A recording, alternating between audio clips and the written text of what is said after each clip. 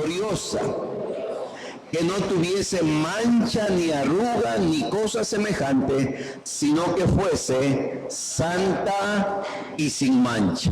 Amén. Esa es la iglesia por la cual Cristo murió.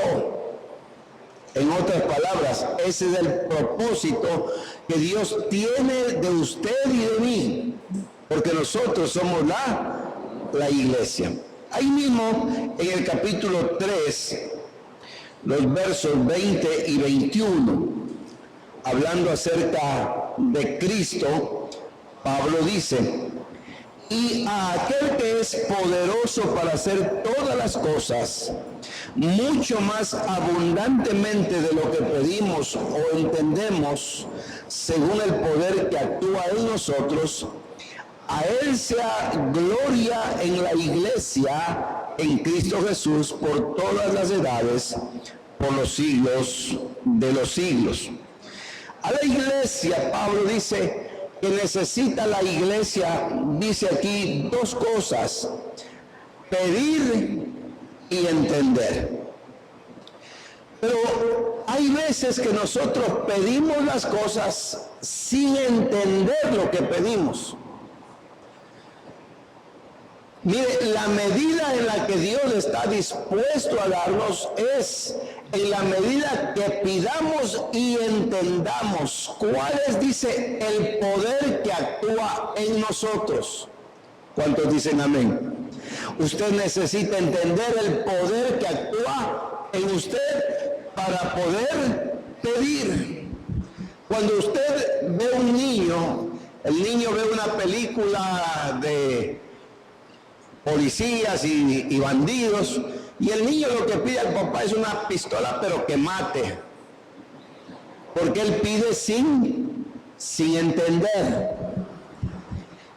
Y ahí mismo en el capítulo 1, versículos 22 y 23, mire lo que dice: y sometió todas las cosas bajo sus pies, y lo dio por cabeza sobre todas las cosas a la iglesia, la cual es su cuerpo, la plenitud de aquel que todo lo llena en todo.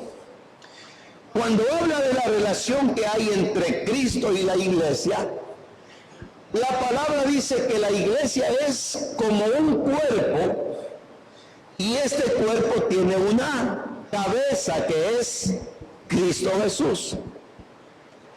Y mire lo que dice, que de la misma manera como Cristo amó a la iglesia, dice, los maridos deben amar a sus mujeres. No se preocupe, no voy a hablar de los maridos ni de las esposas, voy a hablar de la iglesia.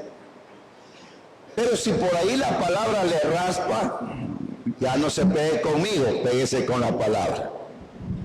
Pero dice que la esposa está sujeta al esposo como la iglesia está sujeta a Cristo Jesús. Para poder Jesús, dice, ser la plenitud de aquel que lo llena todo en todo, Él tuvo que pagar un precio.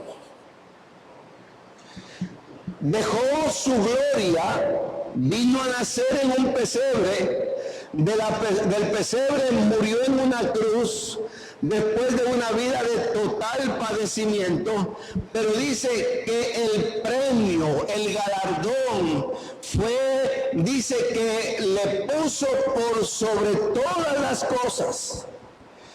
Dice que su nombre es sobre todo nombre en el cielo, en la tierra y aún debajo de la tierra. Pero dice la Biblia que le puso por cabeza sobre la iglesia.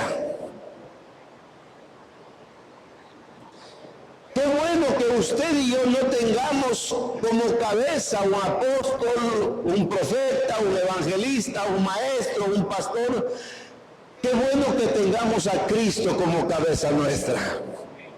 Podemos estar seguros, podemos vivir confiados, podemos ser guiados por aquel, dice aquí el apóstol Pablo, que todo lo llena en todo, bendito sea el nombre del Señor. Entonces hemos estado estudiando estos días ¿Qué es la iglesia? Y le decíamos el primer domingo que la iglesia es una comunidad, es un cuerpo de personas que han sido rescatadas o redimidas por el poder y por el sacrificio y la muerte de Cristo Jesús. Usted y yo estamos aquí en este lugar porque Cristo pagó el precio de nuestra paz y somos parte de la iglesia. Hemos visto cuál es el propósito de la iglesia. El propósito de la iglesia es adorar a Dios. El salmista dice que cuando él viene al templo, él viene a contemplar la hermosura de Jehová. ¿Cuántos han estado enamorados alguna vez? 3. Los otros no saben lo que se pierden. Pero mire, cuando uno está enamorado, uno contemplando a la chica amada o al muchacho amado, se siente prácticamente las nubes, porque está enamorado. A tal punto nos llega a veces el amor. Yo recuerdo que los primeros días de enamorados, 3 semanas de enamorados que me aceptó la pastora. ¿No está por ahí la pastora? No. Debo hablar con cuidado. Me aceptó la pastora como su enamorado, 3 semanas y se me fue a los Estados Unidos. Todos los días con un amigo íbamos en bicicleta, veníamos aquí a Urdaneta y Tungurahua, aunque sea a ver la casa de mi amada. Porque estábamos, ¿qué? Estábamos enamorados. Eso dice el salmista: cuando yo llego a la casa de Jehová, llego a contemplar la hermosura de Jehová. No es venir por escuchar un mensaje, no es venir trayendo nuestra ofrenda, no es venir a ver a los hermanos. Nosotros tenemos que venir a este lugar a contemplar la hermosura de nuestro Padre Celestial, de nuestro amado, porque dice la Biblia que la iglesia es la novia del Cordero con quien un día nos vamos a desposar. Amén. Parece que no les gustó, pero así dice la palabra. Entonces hemos visto cómo es la estructura de la iglesia. Y en este mensaje yo quiero que usted y yo entendamos que como iglesia, usted y yo podemos ser una iglesia victoriosa, una iglesia conforme al corazón de Dios. Y una iglesia conforme al corazón de Dios tiene ciertas características. Y cuando hablo de iglesia no me estoy refiriendo al templo. Mire, el templo puede tener los equipos más de última tecnología o como puede tener los más sencillos. No me estoy refiriendo a eso, me estoy refiriendo a cada persona en particular. Una iglesia, un hombre, una mujer conforme al corazón de Dios. ¿Cuál es la primera característica de una iglesia, o sea, de una persona conforme al corazón de Dios? Es una iglesia que predica sin temor la palabra de Dios. Diga, predicar sin temor. No estamos refiriéndonos solamente al pastor que predica la palabra. Estamos refiriéndonos no solamente a las personas que pasan por este lugar.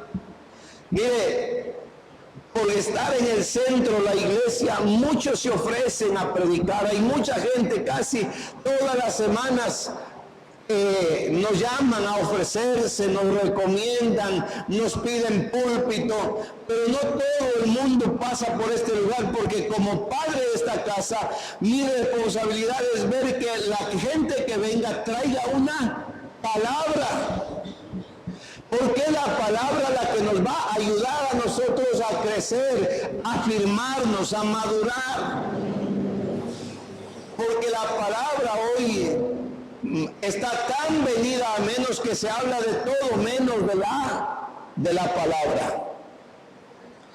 Pero una iglesia que predica sin temor la palabra es una iglesia que sabe que el mensaje llega al corazón de los presentes, y el objetivo justamente de la predicación es que la gente pueda entender que en esta palabra hay un tesoro incalculable, porque no es solamente palabra, no es solamente un libro, sino que, como alguien dijo, la Biblia no es un conjunto de libros, sino un llavero.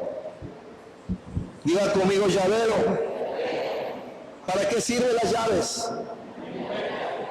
¿Y para qué sirve el llavero?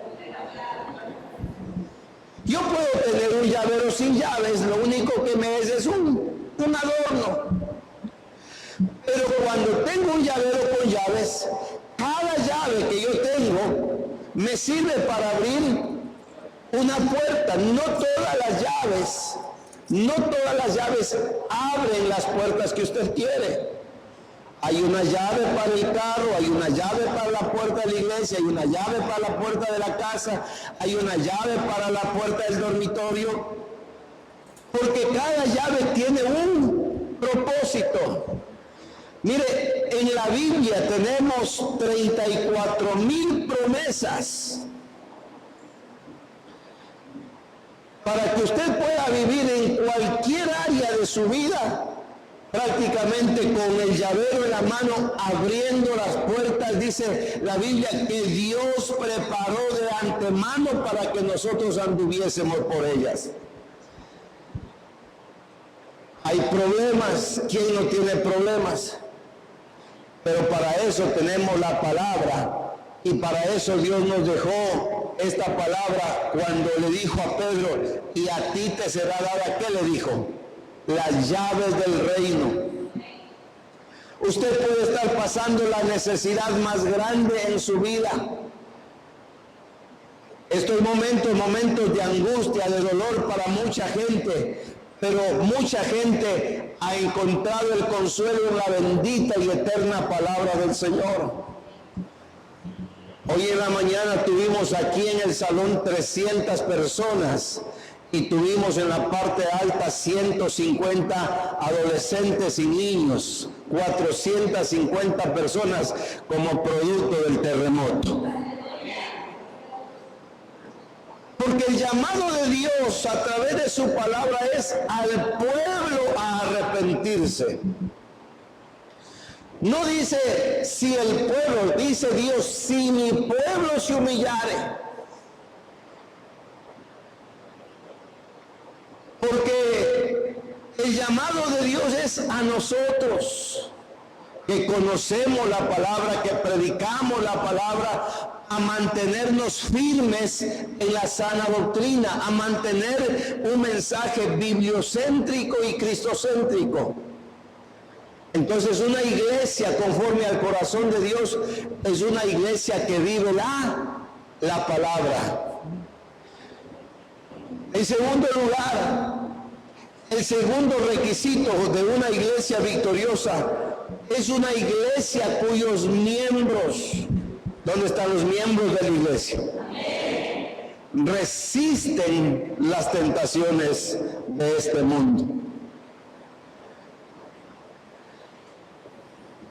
Una iglesia conforme al corazón de Cristo es una iglesia cuyos miembros, cuyas personas resisten las tentaciones de este mundo. ¿Quién no tiene tentaciones? Todos estamos tentados durante el día, en la casa, en el trabajo, en la calle. Las tentaciones, podríamos decir, son todas aquellas cosas que el diablo hace para tratar de separarnos del propósito para el cual Dios nos salvó. No se olvide, el diablo, dice la Biblia, viene para matar, para robar y para destruir. Pero Jesús dijo: pero para esto he venido yo, para darles vida y vida en abundancia, y para deshacer las obras del diablo. Qué duro es arrancar y vivir la vida cristiana. Qué duro es cambiar, cómo cuesta que nosotros podamos entender el propósito de Dios para nuestra vida. Pero por otro lado, el mundo también ofrece libertades, tentaciones, con algunos ingredientes que conforman un apetitoso, digamos, dulce, sin saber que en medio está el veneno que nos va a matar lentamente. Por eso el apóstol Santiago dice en el capítulo 1, versículo 12, el apóstol Santiago dice: bienaventurado el varón que soporta la tentación. Bienaventurado el varón, dice, que soporta la tentación. Una iglesia conforme al corazón de Dios es una iglesia conformada por hombres y mujeres que resisten la tentación, que saben vencer a la tentación, que saben evitar la tentación. Y Jesús nos enseñó cómo hacerlo. Jesús dijo: orad y velad para que no caigáis en la tentación. Yo decía, ¿quién no es tentado? Mire, las tentaciones, alguien puso como ejemplo, es como un pájaro que vuela sobre la cabeza de una persona. Usted no puede evitar que un pájaro vuele sobre su cabeza, pero sí puede evitar que un pájaro haga un nido en su cabeza. Yo no puedo evitar las tentaciones que estén a mi alrededor, pero sí puedo evitar caer en la tentación o entrar en la tentación. Por eso mire lo que dice Santiago: bienaventurado el varón que soporta la tentación. Porque soportar la tentación tiene una bendición. Dice, porque cuando haya resistido la prueba, que dice, recibirá la corona de vida que Dios ha prometido a los que le aman. ¿Cuántos aman a Dios? ¿Sabe cuál es la mejor manera de demostrar? Evitando las tentaciones, soportando las tentaciones. Porque cuando usted soporta la tentación, no solamente que demuestra que está amando a Dios, sino que demuestra que ama a sus hermanos. Dice la palabra que por amor a nosotros Jesús fue obediente hasta la muerte y muerte de cruz. Jesús estaba en un proceso muy duro, muy difícil, a punto de tirar la toalla, pero su voluntad era hacer la voluntad del Padre Celestial. Y Jesús dijo: pasa de mí esta copa sin que yo la beba, pero no se haga mi voluntad sino la tuya. Él estaba tentado a renunciar. Cuando Jesús estaba en el monte, en el huerto de Getsemaní, estaba orando, dice la Biblia, intensamente. Él estuvo a punto de tirar la toalla. Pero él no quería hacer su voluntad, sino la voluntad de aquel que le había enviado. Así también usted y yo debemos saber que por más que nosotros estemos, digamos, peleando fuertemente y el contrincante sea el mundo, el diablo, el pecado sea fuerte, se parezca como que nos van a derrotar, pero usted debe saber que quien tira la toalla no es el boxeador, sino es el entrenador. Usted y yo somos los que peleamos la batalla. Y quien está en nuestra esquina es Dios, y Dios nunca tirará la toalla, porque Él ha hecho de nosotros más que vencedores. Bendito sea el nombre del Señor. Usted puede estar seguro y confiado que en su esquina está el Todopoderoso. ¿Cuántos dicen amén? Entonces, mire, una iglesia conforme al corazón de Dios, una iglesia victoriosa, es una iglesia que sabe soportar las tentaciones. El mundo El mundo te presenta libertades y tentaciones, envueltas en un hermoso papel de regalo, pero ten cuidado porque su efecto puede ser dañino y mortal. Tercero, una iglesia victoriosa es una iglesia que se fortalece en la palabra de Dios. No podemos estar fuertes sin leer la palabra. No podemos estar seguros y confiados si desconocemos la Biblia. Mire lo que dice San Juan capítulo 5, versículo 39. El mismo Señor Jesucristo dijo: escudriñad las Escrituras. Escudriñar significa leerlas, estudiarlas, analizarlas, desmenuzarlas. Si usted es una persona que recién está empezando la vida cristiana, tiene muchas ayudas. Hay muchos devocionales que usted puede adquirirlos, sea aquí en la librería. Hablamos del tiempo con Dios, que es un devocional para cada uno de los días del mes. Usted no sabe, lo importante es hacer el devocional y tener una ayuda. Recuerdo hace unos 36 años, 35 años atrás, recién casados con mi esposa, leíamos un devocional todos los días antes de salir al trabajo. Era un libro que se llamaba Cheques del Banco de la Fe. Y ahí estaba, día por día, estaba un texto y una meditación. Y como yo les he contado, el día que estaba pasando la prueba más dura de mi vida, donde me detectaron una enfermedad de la cual me dieron 2 años de vida. Recién habíamos empezado a pastorear en Ebenezer, en el Guadmo, recién casado y con esa novedad, 2 años de vida y no puedo tener hijos. Y cuando voy donde el doctor del banco, le digo lo que me está pasando, lo que me habían detectado, el doctor dijo: uy, dice, flaco, así se murió un compañero mío.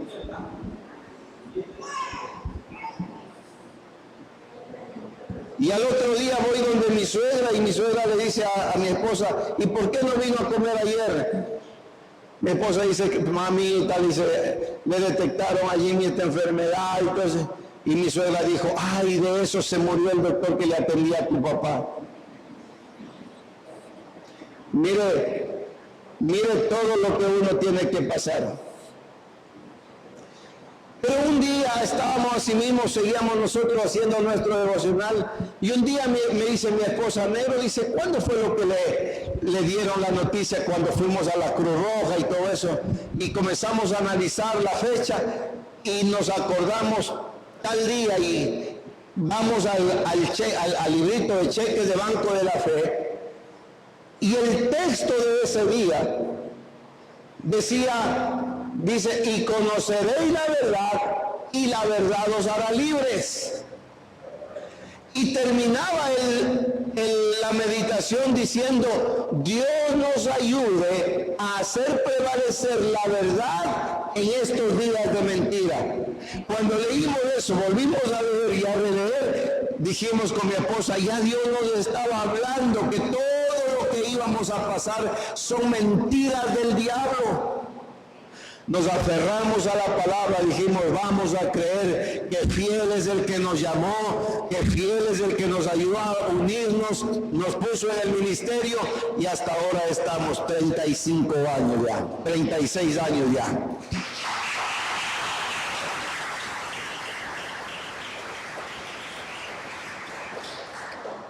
¿Por qué? Porque Jesús dijo: en ella os parece que tenéis la vida eterna. En la palabra más o menos es, permítame la comparación. Es como cuando usted le comienza a contar un cuento al niño y el niño comienza a escuchar y el niño comienza casi como a hacerse el protagonista del cuento.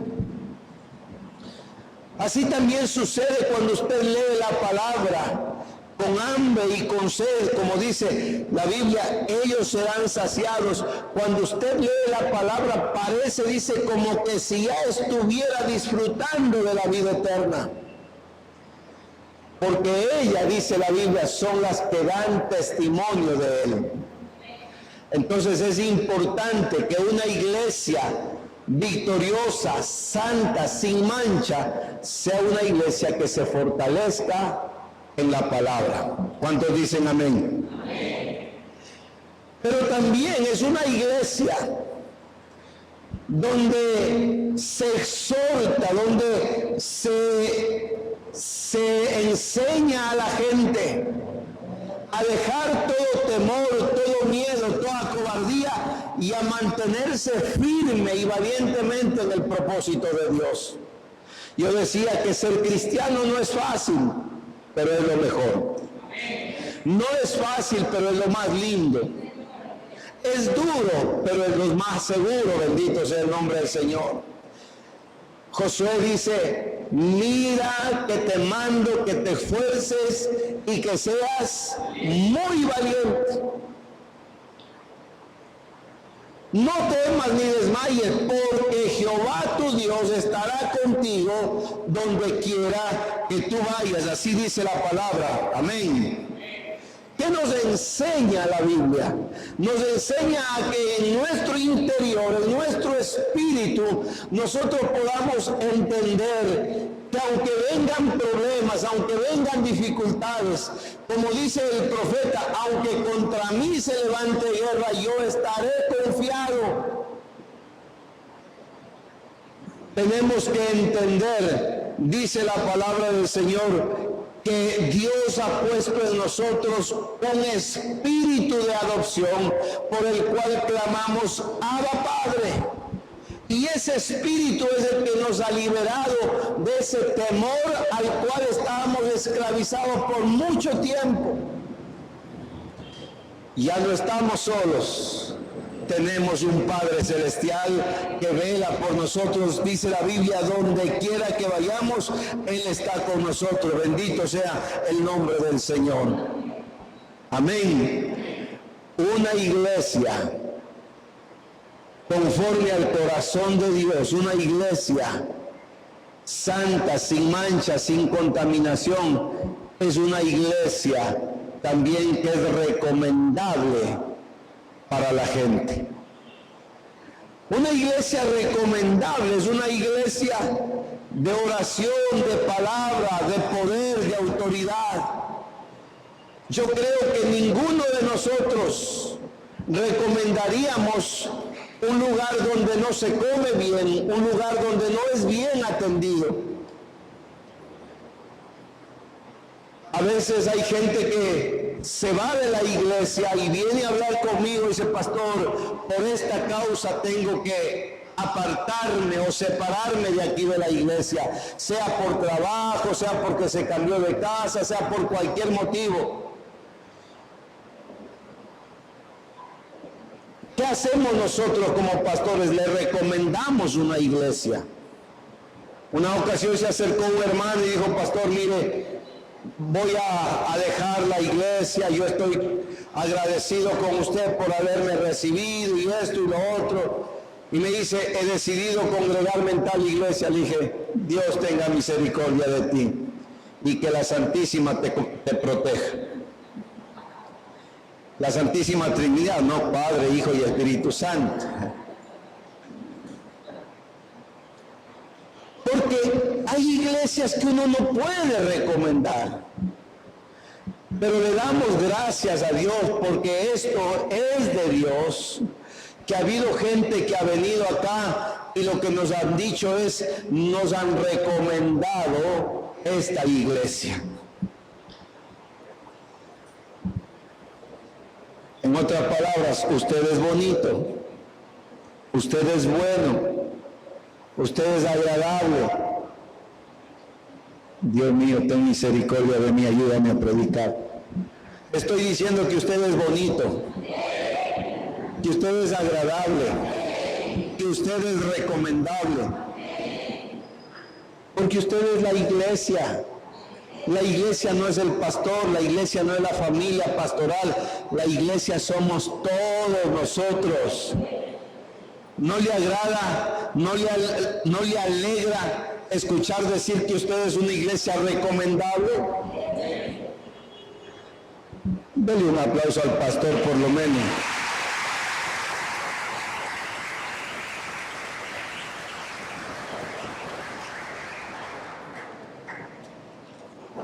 Así me anima a seguir con el mensaje.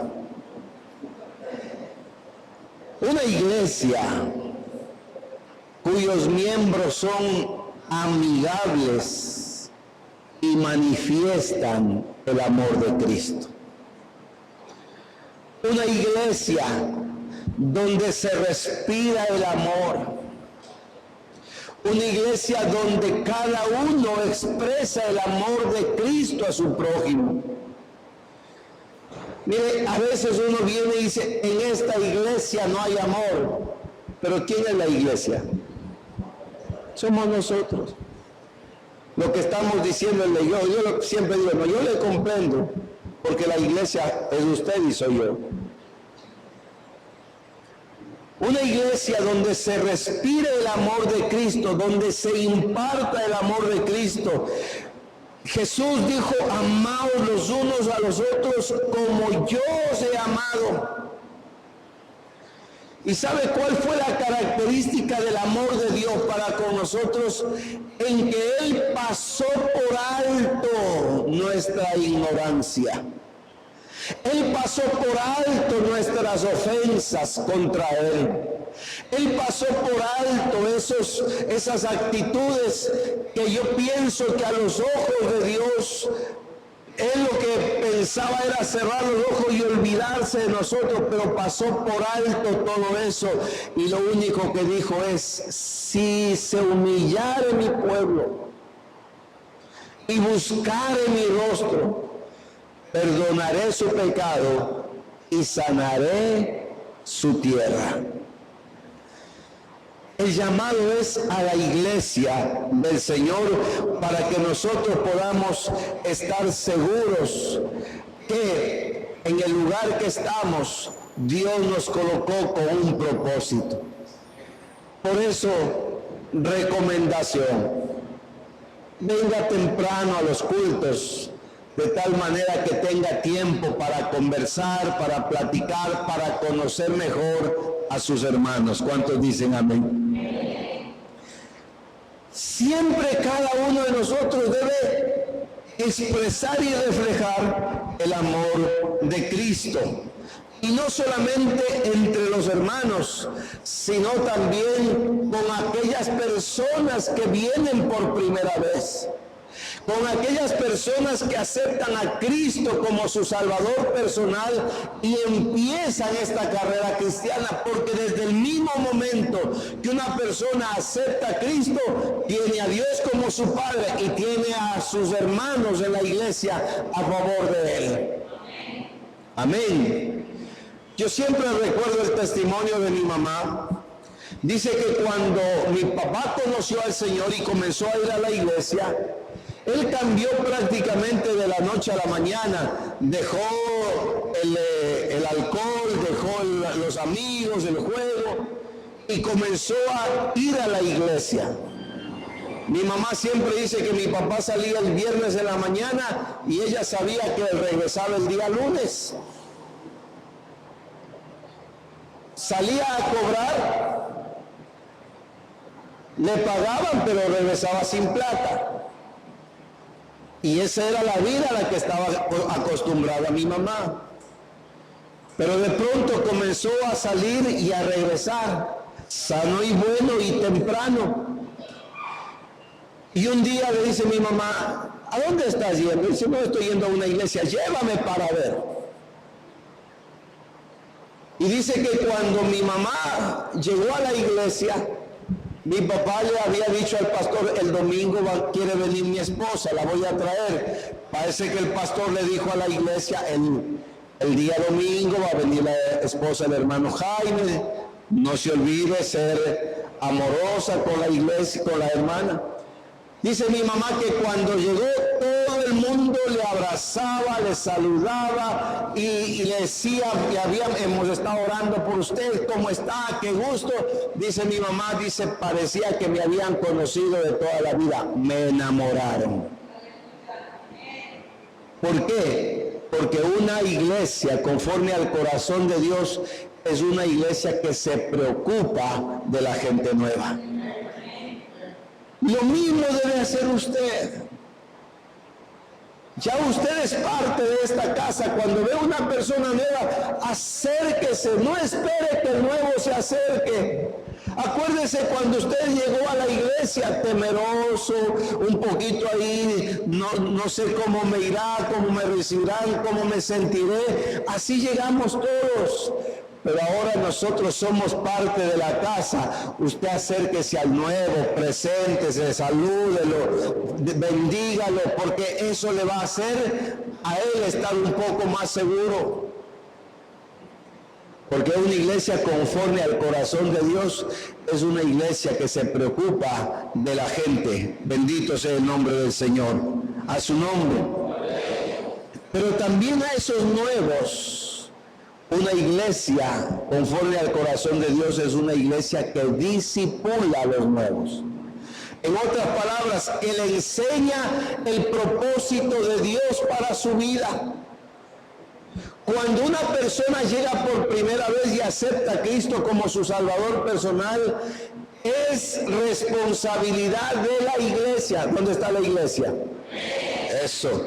Es responsabilidad nuestra discipular a esa gente. ¿Qué es discipular? Enseñarles cuál es el propósito de Dios, cuál es el plan de Dios, qué es lo que Dios quiere de uno. Cuando uno comienza a discipular, dice la Biblia en Mateo 28, 19, por tanto, ir por todo el mundo y hacer discípulos a todas las naciones. ¿Cómo? Dice, enseñándoles que guarden todas estas cosas. Y he aquí, yo estoy con vosotros todos los días hasta el fin del mundo. Cuando nosotros asumimos esta responsabilidad por amor a Dios y por amor a la gente, esa gente que cuando siente el impacto de la conversión es impactada por el poder de Dios, por el poder del Espíritu Santo, esa persona lo que mira es gente que la ama, gente que está preocupada de él y siente la necesidad de congregarse siempre. Y por eso es que estamos aquí en esta mañana.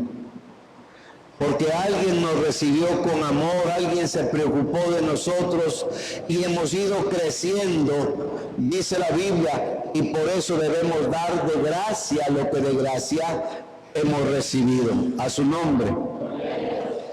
Pero también, y con esto quiero terminar, una iglesia que todo lo confía en Dios y no se amedrenta por las pruebas que tenga que enfrentar. Pruebas siempre van a haber, problemas siempre habrán. Mire lo que dice Santiago, dice, bienaventurado el varón que soporta la tentación, porque cuando haya resistido la prueba viene a la vida del creyente, no para formarlo. No crea que la prueba le va a formar a usted. La prueba lo que hace es revelar lo que hay en usted. Alguien pone como ejemplo el agua caliente. El agua caliente a un huevo lo endura. Pero esa misma agua caliente a una zanahoria lo suaviza. Y si usted pone café en el agua caliente, le cambia de color. Mire, diferentes reacciones. Cuando viene la prueba, lo que hace es revelar lo que hay en usted. Si ya está la paciencia alcanzando el nivel de Cristo, si ya está la fortaleza en un nivel alto, de tal manera que Dios se alegre de usted y pueda decir: bienaventurado el que soporta la prueba. O usted está a punto de tirar la toalla, de renegar, de apartarse, porque la prueba lo que hace es revelar lo que hay dentro de usted. Pero dice la palabra, una iglesia que todo lo confía a Dios y no se amedrenta ante las pruebas. Mire, en Romanos 8:28 dice el apóstol Pablo, dice: pero sabemos que a los que aman a Dios, que dice, todas las cosas les ayudan a bien. ¿Cuántos aman a Dios? Mire el amor de Dios. Por allá hay un terremoto, pero como usted ama a Dios, le ayudó a venir a la iglesia el día de hoy. Día martes estuvimos con la casa llena. Decía, hoy en la mañana tuvimos, este lugar ya no había dónde poner un pie y arriba había 150 niños y adolescentes. Hemos roto récord en la taquilla en esta. Pero que no sea solamente por el miedo, sino que sea el resultado de un verdadero arrepentimiento. Porque el llamado es a la iglesia, al pueblo del Señor. Al final del mensaje estaremos presentando un video donde el 7 de abril estuvimos con mi esposa y con mis hijas, estuvimos en Ambato, cuando el apóstol Gustavo Alonso Páez estaba predicando, y dentro de la predicación él dice, y usted lo va a ver más claramente, él dice, de aquí a 6 meses viene algo fuerte para el Ecuador. Y toda la gente comenzó a aplaudir y gloria a Dios, aleluya, porque era un tiempo de milagros, de palabra. Y el apóstol dice, yo no sé si aplaudiría, porque lo que viene, dice, causará dolor en la tercera parte de la nación.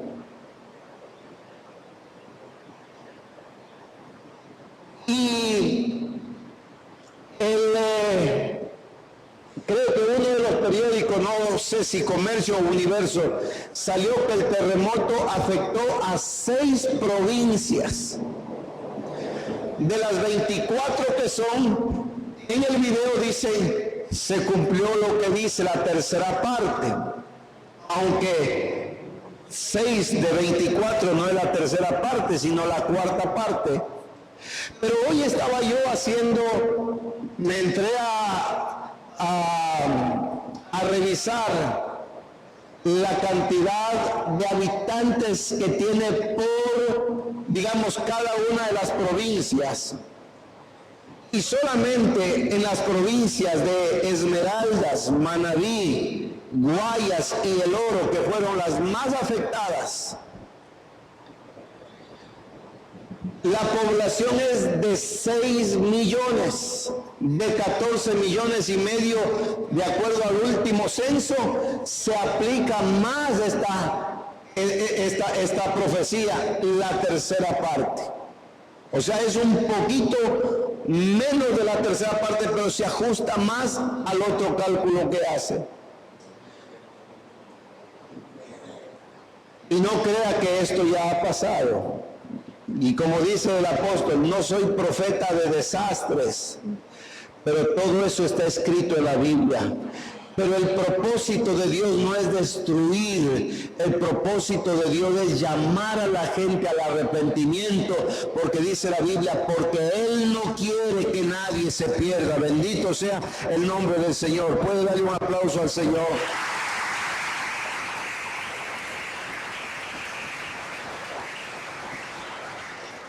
Entonces, una iglesia que confía en Dios y no se amedrenta ante las pruebas, sino que sabe que todo tiene un propósito para los que aman a Dios. Y dice, para los que conforme a su propósito han sido llamados.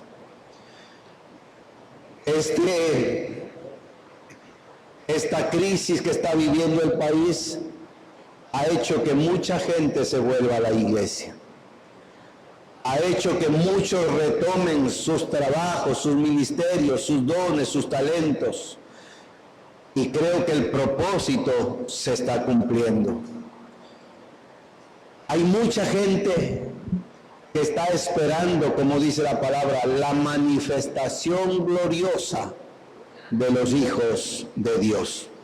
Y por último, una iglesia que cree y practica la plenitud del Espíritu Santo en la vida del creyente.